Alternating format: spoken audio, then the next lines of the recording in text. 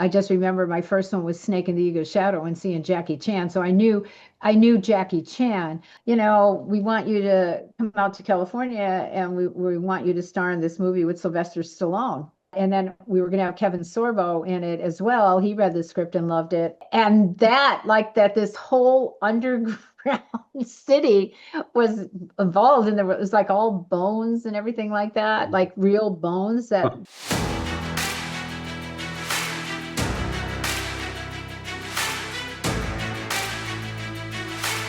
Cynthia Rothrock, I'm so glad you took the time to make this. You're so busy. No, always anything I could do to help you out. Okay, thank you. So you just had a very exciting weekend, as I noticed. You were at the Dragon Fest, and you then yesterday was the screening of Righting Wrongs, one of my favorite movies of yours. How was it? Yeah, it was great. It was really fun. It's called Killer Fitness, and it's kind of like an exercise. They have exercise classes there in the day, and they have like a horror theme going on, like everything's like covered in blood and stuff like that, and they show horror movies in the background. And then at night they use it for screening like films that are cult classics. Oh, wow. So definitely falls in that category, Righting Wrongs. Was it your first ever Hong Kong movie? No, actually, Yes, Madam was my first one. And then I did No Retreat, No Surrender. Then I did Shanghai Express. And then I did Righting Wrong. So it was like my fourth film. Okay. So please tell us about how you got into Hong Kong cinema. I know the story a little bit of it, but I want to hear it from your side. Yeah, actually, it wasn't something that I was thinking, oh, I want to be in action movies. It was, I was on the West Coast demonstration team, and we went down, Corey Yoon was auditioning for a new Bruce Lee. And we went down to LA, and Corey Yoon says, I want to go with a girl instead of a guy. So he signed me up, and off I went to Hong Kong, and my first movie was Yes, Madam with Michelle Yeoh. Wow, what a history. So you were on the West Coast, how was it called? West Coast Action Team, West Coast Demo Team back then? Yeah, West Coast demonstration team up. They were based out of San Jose, California, and I actually lived in Scranton, Pennsylvania, and I went out for a month, and I wanted to compete West Coast. I was just competing professionally, and a lot of the tournaments were out there. And I started training with the West Coast while I was staying for a month, because I was in a room I rented from a woman next door, and I loved it so much I didn't go back home. But how did you get there? Because you studied in Pennsylvania. You studied Tang Soo Do, right? Was it the first martial arts style of yours? Yes, yeah, it was. And then I started studying Pai Lum Kung Fu, and then I started studying Eagle Claw Kung Fu. And through that, I became familiar with Roger Tung, who was teaching Wushu. And I actually wanted to train with him, and he was training in Seattle. So I kind of moved to the West Coast for a while because I thought, oh, it's closer to train with Roger. And I was going up to Seattle, training with him a little bit, and also to San Francisco and training with Anthony Chan's group as well. Okay. So how did you get to West Coast demonstration team then? Well, I was competing in an A-rated tournament in New Jersey, and I won first place. And everybody was like, who's this girl that won first place? I think Karen Shepard was number one at the time, and I beat her. And everybody's like, who's this girl that beat Karen? And I started talking to the West Coast people. I talked to George Chong, and he was the one that said, you need to come out to the East Coast and compete in the Long Beach Internationals, which was a big tournament that I've always just thought of was like one of the biggest ones in the world. I used to follow it in the magazines. And so he said, yeah, he said, we could hook you up with a place next door and you can come and train at the school. So I was like, yeah, I'm going to do that. So that's kind of how I transitioned from Pennsylvania to West Coast, and I competed in, I think, 3 of the tournaments there, won the internationals, went up to Sacramento. I think Ron Marchini had a big A-rated tournament and won that one. And at that point, now I'm on my way to be number 1 for, the year. This was like 1981. So I said, well, if I want to really be focused and compete, professionally, and do that. And then, because I was training at the West Coast team, they're like, well, why don't you be on the team? And I was like so excited because they were literally the best of the best in the world, to work out with them. Wow. So that was the times when you were the undisputed champion in Forms and Weapons for 5 years straight. Yeah, well, at this time, I was number 1 in my region. The big tournament was rated by Karate Illustrated magazine, the A-rated. I was number 1 in Region 10, which was, some of the East Coast states. And to compete and be number 1 all around, you had to go to all these A-rated tournaments, which were all over the United States. So that was my goal. I set a goal to do that for 5 years, to be number 1, undefeated, and then I was going to retire, which I did. But you retired at the time you already were in movies in Hong Kong. Well, it was funny because I was number 1 from 1981, and I was going to do it till 1985. And I did my first movie, Yes, Madam, in 1985. It went over in June. So I still had 6 months to finish out to compete. So I told the producers when I was shooting Yes, Madam, I said, it's always been my goal to be number 1. And if I don't go back to the States and compete in these competitions, I'll lose that. So they let me go. So I would be on the set shooting, next morning fly to Minneapolis, finish that, get back to Hong Kong, shoot on the set. It was really hard. So I think I did that for 3 tournaments for the rest of the year. And then Karate Illustrated says, you're number 1. You're so far ahead of everybody. You don't need to compete even in the last one.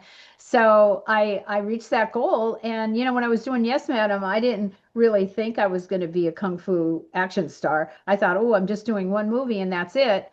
And I ended up, after that movie, it's like, okay, well, now what do I do? Because I'm finished competition, right? And then Sammo Hung said, hey, you want to do Shanghai Express? And then Golden Harvest signed me for a 3-picture deal. So I was like, okay, so that's what I'm going to do. I'm going to transition from competition into film. And I stayed in Hong Kong for 3 years, from 1985 to 1988. Shooting movies, and then came back to the States, and then went back in 1992 and shot another one. So it was Sammo. Sammo was also behind Righting Wrongs. Is that no? Nope. Sammo was actually Shanghai Express. Yeah, Corey Yoon actually, and Sammo was a producer on Yes, Madam. And what happened is I signed the contract, but it was with Seasonal Films, and they never shot the film. And they did an interview on World News Tonight, and it said, look out, Hong Kong, here she comes. And Sammo saw this in Hong Kong, and he called Yoon Kwai. He said, who's this American girl that's supposed to do movies in Hong Kong? And he goes, yeah, MC Yoon signed her up, but they haven't used it. So Sammo said, well, contact her. I want to put her in Yes, Madam. And then that's how that got started. And then that was such a big success that MC Yoon said, oh my gosh, okay, now we got to shoot the movie with her because she's the one we have a contract with. And then No Retreat, No Surrender actually was an American-Chinese production under MC Yoon. So then we shot that. But I always wonder if I didn't shoot Yes, Madam, if he ever would have done the movies. So you came fresh to Hong Kong, not knowing anybody. And right away, you are among such legends like Sammo and Corey Yuen and those people. So, I mean, have you ever thought about it? Because you didn't know them back then, right? No, I didn't know any of them. The only person I really knew, I knew Golden Harvest was a company that put out Jackie Chan movies. And because when I was studying Ying Jiao Pai in New York, my instructor would take me to Chinatown every week to see Hong Kong movies. And I just remember my first one was Snake in the Eagle's Shadow and seeing Jackie Chan. So I knew Jackie Chan. And basically he's the only one I knew, you know. But I didn't really know him, but I knew of him. But yeah. Then as I got there, I realized how big Sammo was and what a big director Yun Koi was. And, you know, it was Michelle Yeoh's third movie. So she's already done a couple prior to that. Okay. I mean, that's a big step. Also for you, because I assume you didn't understand Chinese. How was it for you? It was hard. Nobody talked to me. I just remember going to dinner with everybody and I would just sit there. I actually started bringing a book because they would all speak Chinese. So I said, all right, I have to learn this language. So they said, well, learn Mandarin because it's easy. So I started taking Mandarin lessons and nobody speaks Mandarin in Hong Kong. They understand it, but they speak Cantonese. So that didn't help me. So then I started taking Cantonese lessons and I got to a point where I knew what they were saying, but it was funny for a while. Like, especially with Yun Kuei, it was almost kind of hand signal language. And I kind of like looked at what he wanted and I could tell, you know, without dialogue, just through action, you know, what he wanted me to do. So you are in Hong Kong. You don't understand the language. I also I understood that the films back then were dubbed. So you were supposed to speak Chinese in the movie. How did you cope with that? Yeah, you know, I had no idea what to expect. I thought I was going to be doing a period film because all the Hong Kong movies I seen were set back in period time, you know. And I thought, oh, they're going to dress me like as a Chinese girl, and I'm going to have black braids, and I'm going to have razor blades in them, and I'm going to be swirling around. And when I got there, they're like, no, you play Cindy from the UK. You're an inspector, and you're just wearing regular clothes. And I was so shocked because I thought it was totally different from the image that I thought I was going to do in the film. And it was my first film. I had no idea, you know, what the filming was like. You know, there was the language barrier. Hardly anybody. I think the only people that really spoke English was Michelle and also our producer, a woman producer. She spoke Amy Chen. She spoke English as well. So they were my translators a lot. Did you become friends with Michelle? Oh yeah, we were like the best of friends. I mean, that Yes Madam took 8.5 months to shoot, and it was such a hard movie. And you know, we would go to dinner all the time. She was married to Dixon Poon at that time, so I was hanging out with them all the time. And on our days off, we would train together. We would go to the gym right down the street. So yeah, we were pretty inseparable during that time of filming. So Yes, Madam was your very first movie and has some of the best scenes ever shot on camera. So I think maybe you understood this as being normal, but when you came back to United States and shot movies in the Western Hemisphere, what surprised you then? Because it must have been hard to make all these scenes in the Hong Kong cinema. Well, it actually was easy because I had a script. In Hong Kong, we never had a script. So I always knew what I was shooting. We had rehearsals, you know, for the fight scenes. It was a much shorter time. I think the first movie I did when I came back was Martial Law, you know, and I remember fighting and I remember the stunt coordinator telling me I don't have to hit that hard, that I was hitting the stunt people too hard. You know, you just have to fake it. And in Hong Kong, that was a big difference because especially working with Corey Yoon, the thing I always remember is him telling me, hit harder, hit harder. So the first one was Martial Law when you came back to the States. Yes. When did China O'Brien happen? Oh, actually, well, China O'Brien happened before that, but China O'Brien was still a Golden Harvest production. So I still considered that in my Hong Kong years because they said to me, they said, okay, we have 2 more pictures on your deal. do you want to do an American movie? And I was like, absolutely. So actually, we shot the China O'Briens in '88, but I technically was still living in Hong Kong at that time. And then when I left Hong Kong and I came to move back to LA, then that's when I shot Martial Law. So you consider China O'Brien 1 and 2 still like a Hong Kong movie, which kind of makes sense. So also because the action scenes, the fight scenes are far above the standards of what you see in Western martial arts movies. Yeah, it was like a mix. It was a mix. They had two stunt coordinators. Golden Harvest was doing it, but Robert Klaus was directing it, who was like an American director. And he had his stunt coordinator, and then Golden Harvest sent their stunt people too, as well. So it was kind of a mix of Hong Kong and American stuff. And it was funny because Robert Klaus had a different way of shooting compared to the Hong Kong way of shooting it. And like he just wanted to do a lot of takes on like a long shot without cutting. In Hong Kong, they shoot like 5 or 6 moves. They do it a couple different ways. Then you go on to the next and the next. Where Robert Klaus didn't want to do that. He wanted to shoot the whole scene all at once.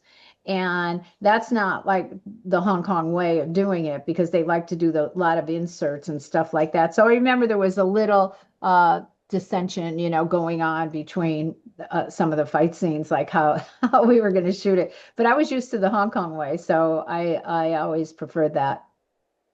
Was this the first movie you met Keith Cook and Richard Norton you started with? Well, I knew Keith. Keith was a good friend of mine before that, actually. We competed together. So when I was competing, Keith was competing as well. So we used to hang out all the time. It is our first movie together. And Richard Norton, I already knew because we did Shanghai Express in Hong Kong. Oh, right. Richard Norton was in Shanghai Express as well. I almost forgot. And well, you met Richard in a couple more movies. So what was the... I know it's kind of hard after what happened earlier this year, but could you talk a little bit about your connection with Richard? Yeah, I've known Richard now for about over 40 years, and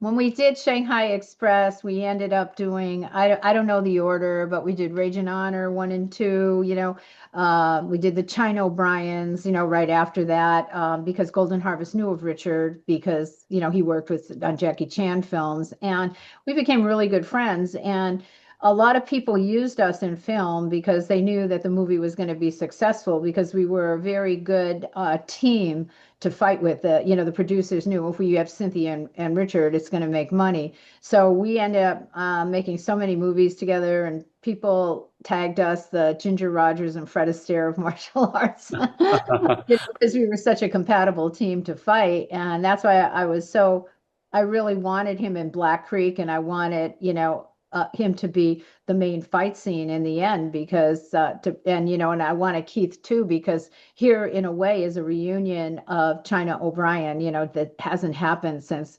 1988. And yeah, it was such a blow. Like when he passed away, it was so like unexpected and so crazy, that I feel so blessed and honored that his last movie was Black Creek, that we got to fight one more time. We're going to speak about Black Creek more, but I saw some bits and pieces of the movie, and he's really, his scenes are awesome, really. Oh, I think it's one of his best roles. And it was funny because when I sent him the script, he wanted to play the Richard Barton character, the Keith Cook character. Mm-hmm. And I was like, no, you have to play the villain. This is how I see it, And I had to talk him into it. And then he was like, all right, I will, but I don't really want to be that bad of a guy. And he just pulled it off so well. And we had our first screening in Beverly Hills, and he looked at me and he said, that was fabulous. And he called me up and he said, can you do another screening? I want my friends to all see it, you know. So I was so glad that he was proud of the film and he was happy, you know, with his performance, because he does come off as a pretty bad guy. Hmm. Speaking about nicknames, you go by two of them, the Queen of Martial Arts and Lady Dragon. Who came up with that? Well, actually, I have three. I think the first one was China O'Brien. Everybody used to call me China O'Brien, obviously, because China O'Brien. And then the Lady Dragon movies came out. And again, Richard Norton was in the Lady Dragon. When Lady Dragon came out, they started calling, that's how I got the title Lady Dragon. And then Queen of Martial Arts, actually, Michael Masuda called me that back, oh gosh, I would have to say, probably in the early 90s, you know, he's the one that titled me Queen of the Martial Arts, which all three stuck. I don't get China O'Brien as much these days, but definitely Lady Dragon and definitely Queen of the Martial Arts. So I love it. I like those nicknames. You know, I feel honored to be called those. Okay. I heard there was supposed to be two more China O'Brien movies. Is that true? Yeah, actually, Golden Harvest wanted to do 3 and 4, but at that time when I was filming China O'Brien, I got a call from William Friedkin when I was on set, and actually I was thinking it was a prank call, and I was like, you know, Richard and I were coming in from late shooting, and it said call William Friedkin, and I was like, Richard, are you punking me here on this? And he's like, no. So the next morning I get up and I'm like, is this a William Friedkin? You know, and I'm waiting for someone to punk me.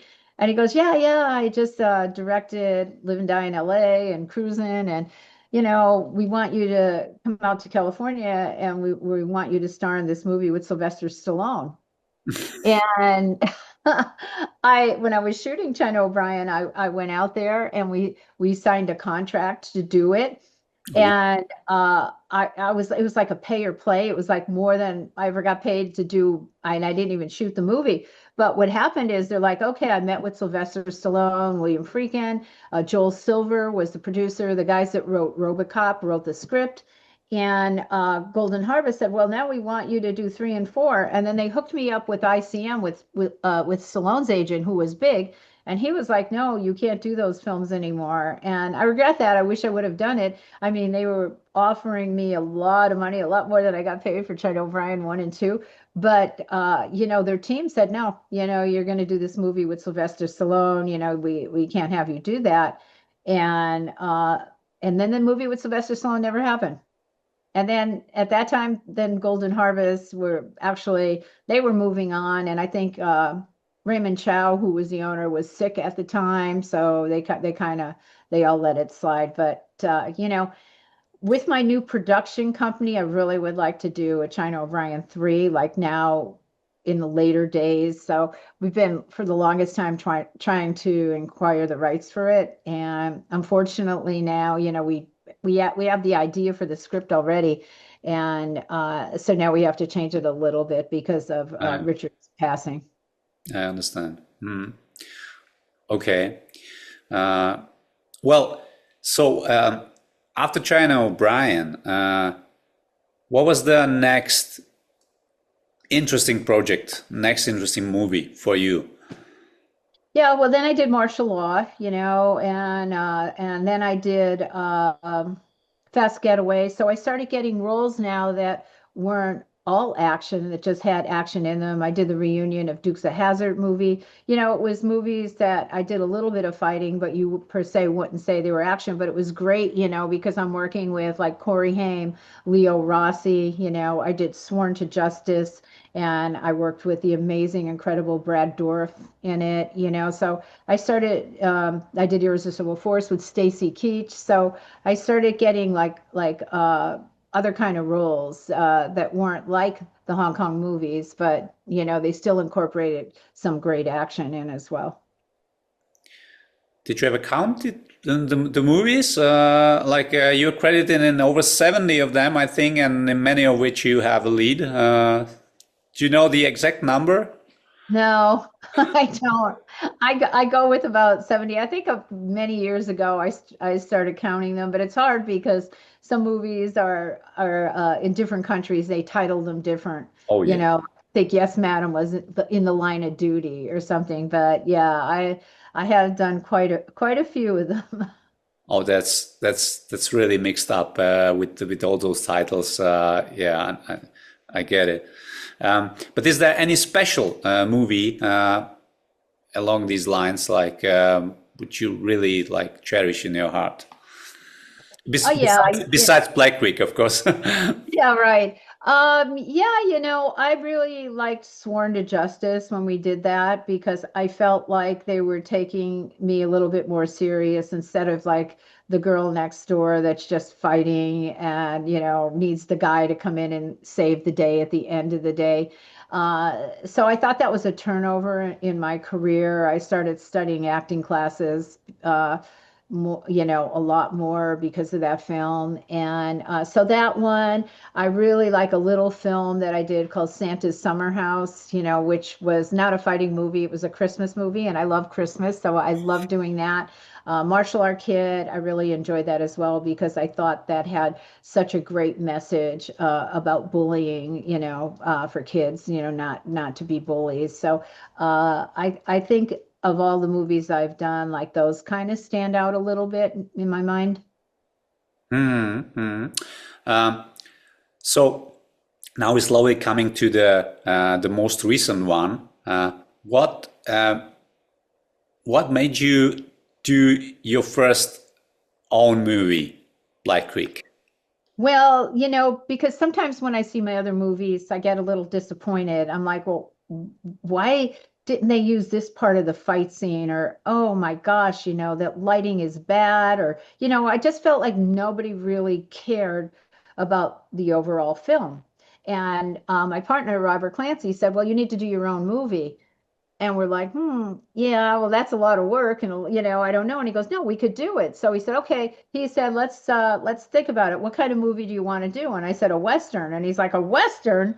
And I was like, yeah, I would like to do a Western with a tough female gunslinger. And then it went, okay, well, what's the theme? Revenge. Okay, who do you want to die? Okay, it's going to be my brother. And it just started developing from there that we got the script. And then we're like, okay, well, now we need to raise the money, which is the hardest part for anybody wanting to do film. And we decided to go on crowd fundraising. And we became the second highest funded action picture in the history of Kickstarter. And we raised the money for there. And it's truly like an amazing film because we had a small budget. We shot a 2-hour movie in 2 weeks with so many fight scenes. I just, even today, I don't know how we pulled it off, but I have to say, we had a lot of backers in the film, that was their big incentive to be in it. And they did a fabulous job. And everybody just came together with love and support.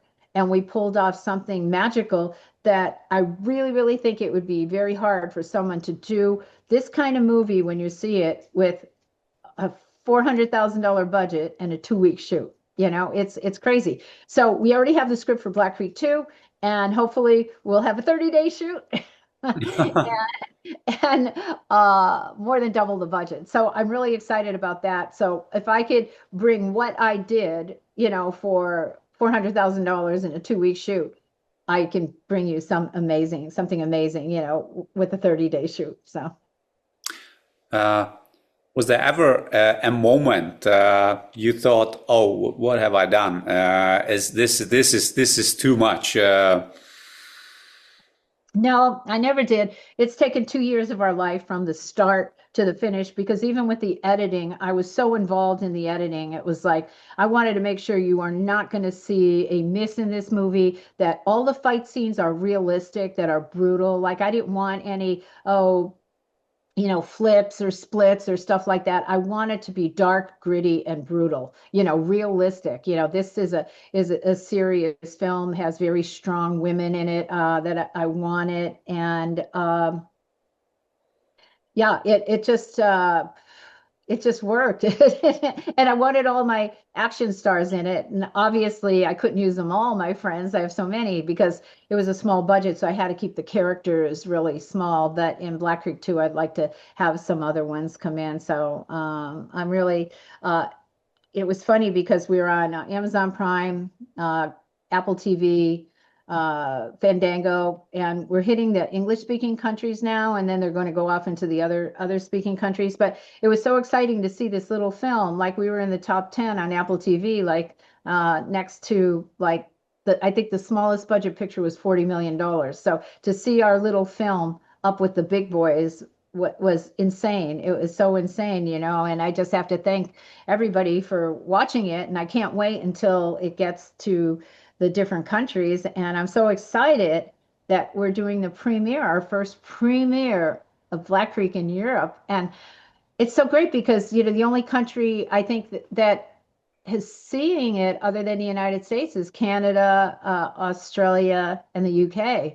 And I know we have so many fans in Germany and Poland and Austria, you know, wanting to see this movie. So here's your chance is to come to see the screening, you know.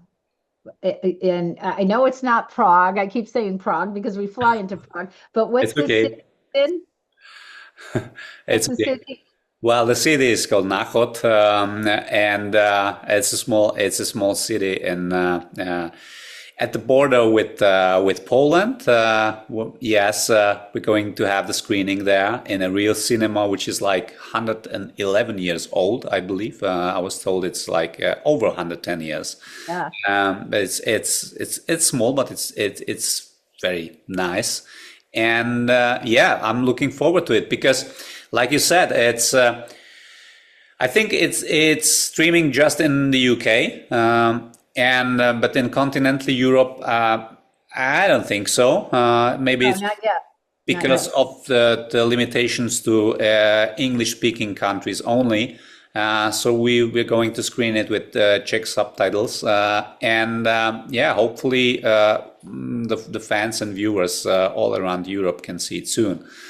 Yeah, and I'm excited. I'll tell you, I have so many people saying, you know, we want a screening here, we want one here, you know, we want one, you know, in Germany and this and that. And we just limited it to you to have the first European screening. And I'm excited. So anybody in Europe that wants to come, we had so many people in it from, let's see, our stunt coordinator, Mike Moeller, is from Germany and his team. And then we have Noel Gaylord and his team from Switzerland. And a lot of our backers are from different countries. They're from Germany, from Australia, from the UK, from Greece, you know. So hopefully they get a chance to come to the European one. And it's going to be a red carpet. And that, I don't know, I don't really think there's too many red carpet action pictures, right? Where you're at. Like, this is like a first. Probably not, and definitely not Western movies with martial arts fighting. And I'm really looking forward to it. Like I said, I have seen just some bits and pieces of the movie, and I'm really looking forward to see it in whole. It is almost 2 hours in length, right? Yes. That's a lot. So it is. you should all of that for how much did you say? $400,000 in 2 weeks.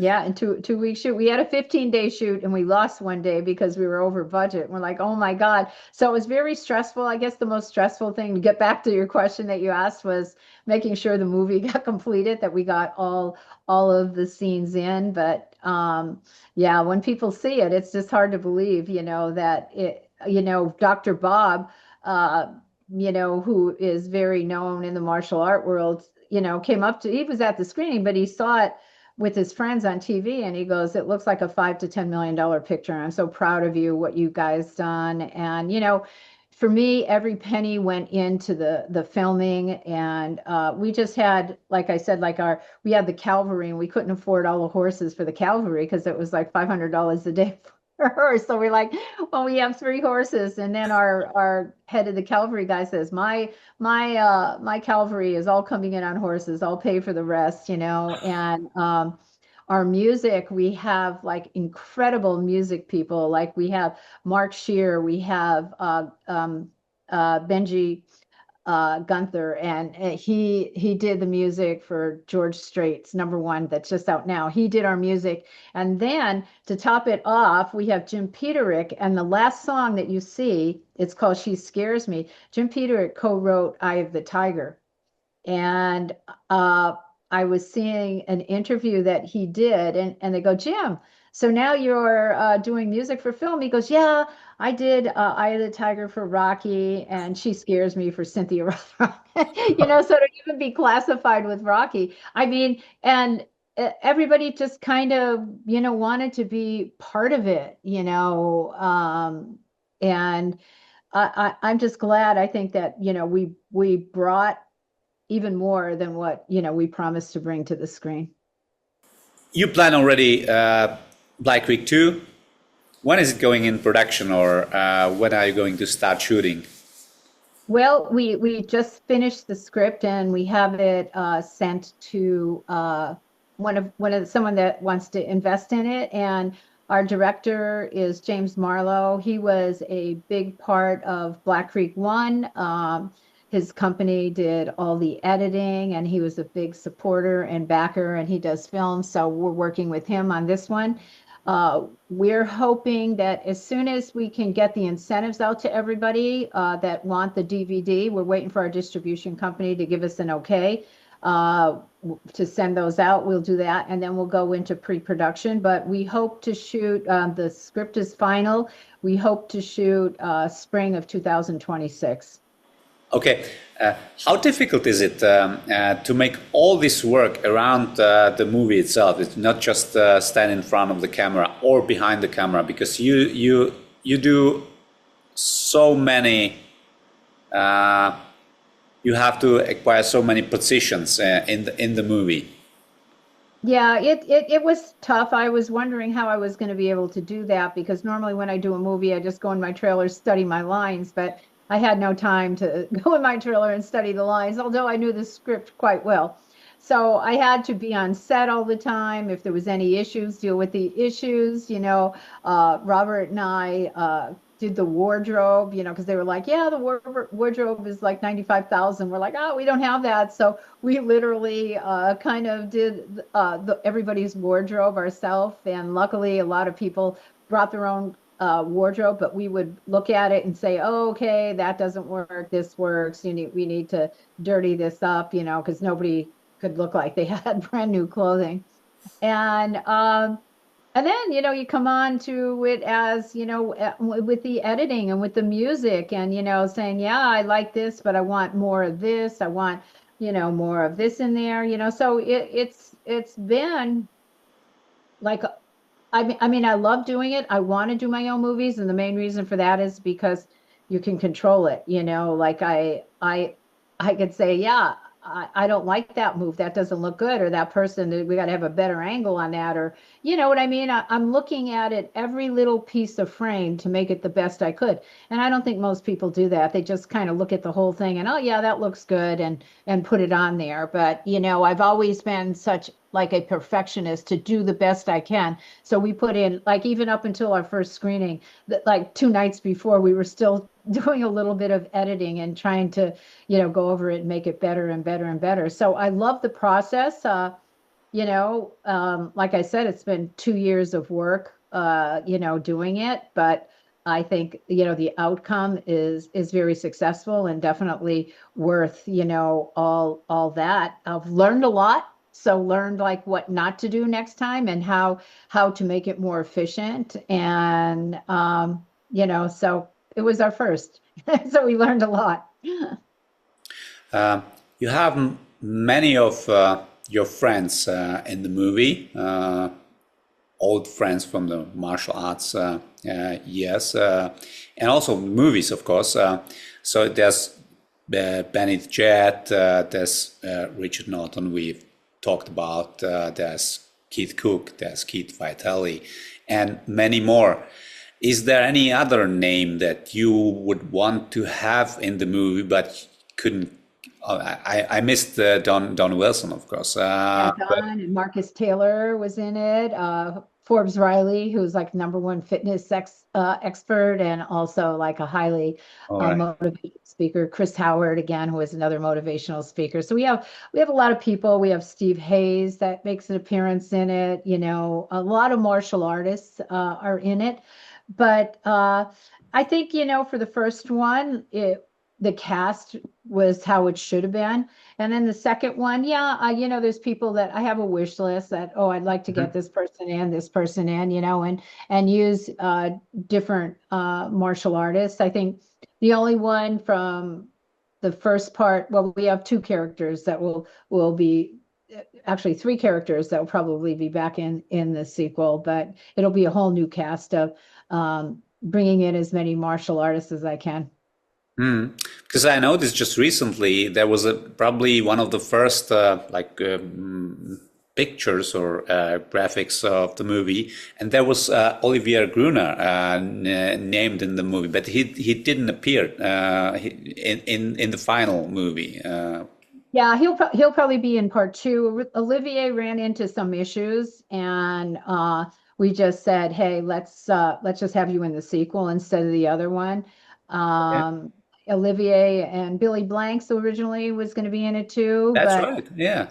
Yeah, and Marcus Taylor took over for him, but it was just like he wanted more than everybody else, and it was a favored nations. Everybody got paid the same, you know, and I couldn't do it, so I just said, you know, well, maybe you could be in the next one. So so that, and then we were going to have Kevin Sorbo in it as well. He read the script and loved it, but he said, and you know, he was out of our budget. We just couldn't do it. So I see. That's why those people aren't in it. But originally they agreed to it. But when you agree to be in it and you read the script, then you have to do the negotiations. And then that's like, you know, we only could do what we could do, what we could afford, you know, so. Yeah, so that's a whole different side of doing movies, right? Than just to star in. Yeah, and you know, most of the people in it, like Richard, Don Wilson, you know, Keith, we've worked together, we've done favors for each other, and I'm definitely the kind of person to pay it forward. So, you know, if you help me out, I'm totally going to help you out, you know, and I feel great. And I think this is kind of a little bit of a resurgence, you know, for Keith Cook, you know, because people haven't seen him along, and now, like, you know, he's come into this event that you're having, you know, he was such a trooper. He was such a great team player that, you know, I referred him for another movie that he did. And, you know, I think, you know, same thing for Keith and Benny, you know, people haven't seen them in a while, and then they see them how great they look and how good they fight. I just hope it elevates everybody's career to a bigger level now, you know, for this film. That's great. So coming back to our event in September, you're coming to the Czech Republic. The last time you were here was, I looked it up because I wasn't sure about the year. It was 2012 at the Buddha show. So that was your first and only visit in the Czech Republic? Yes, it was. Yes, that was my first time there. And I loved it. It's such a beautiful city. I mean, well, actually, I think I was in Prague. So I'm so excited to come. And when you first mentioned this to me and you were saying that the event was going to be in a castle, I was like, gosh, I'm there, because I love history. I love castles, you know. And I remember, like, you know, I travel so many places that a lot of times I forget, where was that? What did I see there? What did I do there? But I remember one of the coolest things that I can recall doing was in Prague, and it was at a cathedral. And we went down into the catacombs. Oh, yeah. I know what you mean. And that this whole underground city was involved, and there was like all bones and everything like that, like real bones that was built from. I you know, never forgot that. I was like, that is like so awesome. So I'm so looking forward to coming back again. And I'm hoping that, a lot of my friends from the Budo Gala, come and join me, and then they come and watch Black Creek, because I would love for them to be part of our event coming up in September. That would be awesome. We'll try to set it up. Actually, speaking of castles, I don't know if it's true, but I think we have the most castles per capita in the world, or something like that. I don't know if it's the Czech Republic or United Kingdom. Not sure about it, but definitely we have lots of castles in this country, and we might be able to see more than one during your visit. Because we try to make to tour you a little bit, not just in Prague. So you have been to Prague before, but also to see other parts of the country. So I'm really looking forward to that, and we'll be screening Black Creek as mentioned in a real cinema. We'll be having the Hall of Honor, Hall of Fame evening, and we'll be having a seminar. So you'll be teaching a seminar as well. Yeah, I think we all will. And it's exciting. I think, I've been to many Hall of Fames, but this is the first time, right, in the Czech Republic that you have the Hall of Fame. And I don't think anybody has ever had one in a castle. It is so awesome. That is so awesome. So everybody needs to come and join us there, because it's going to be such an incredible memory, that we have the screening, and then you have the seminars, and and then the Hall of Fame. It's just a great event in a magical place, So I hope a lot of people come and join us there. I hope so too. Thank you. Last question. Are you a Smashing Pumpkins fan? Is that what you see? Yes, I like. Yes, my t-shirt, Smashing Pumpkins. Yeah. Are you a fan of the band? Yes, that's why I got the t-shirt. Okay, great. I love the band too.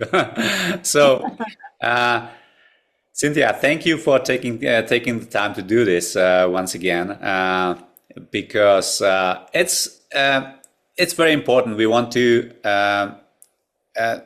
to introduce our special guests to our audience, and this is a great opportunity to share some of your views on the movies you made, on the last one that we'll be screening during our event, and also your whole martial arts career, which brought you into the movies in the first place.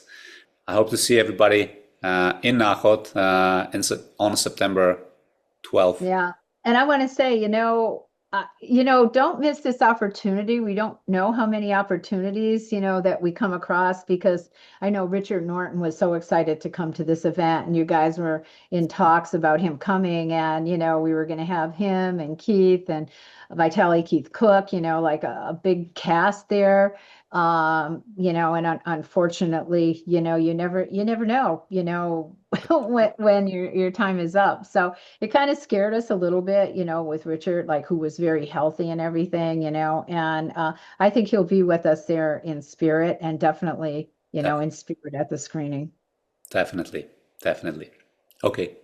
Thank you, and see you. Bye.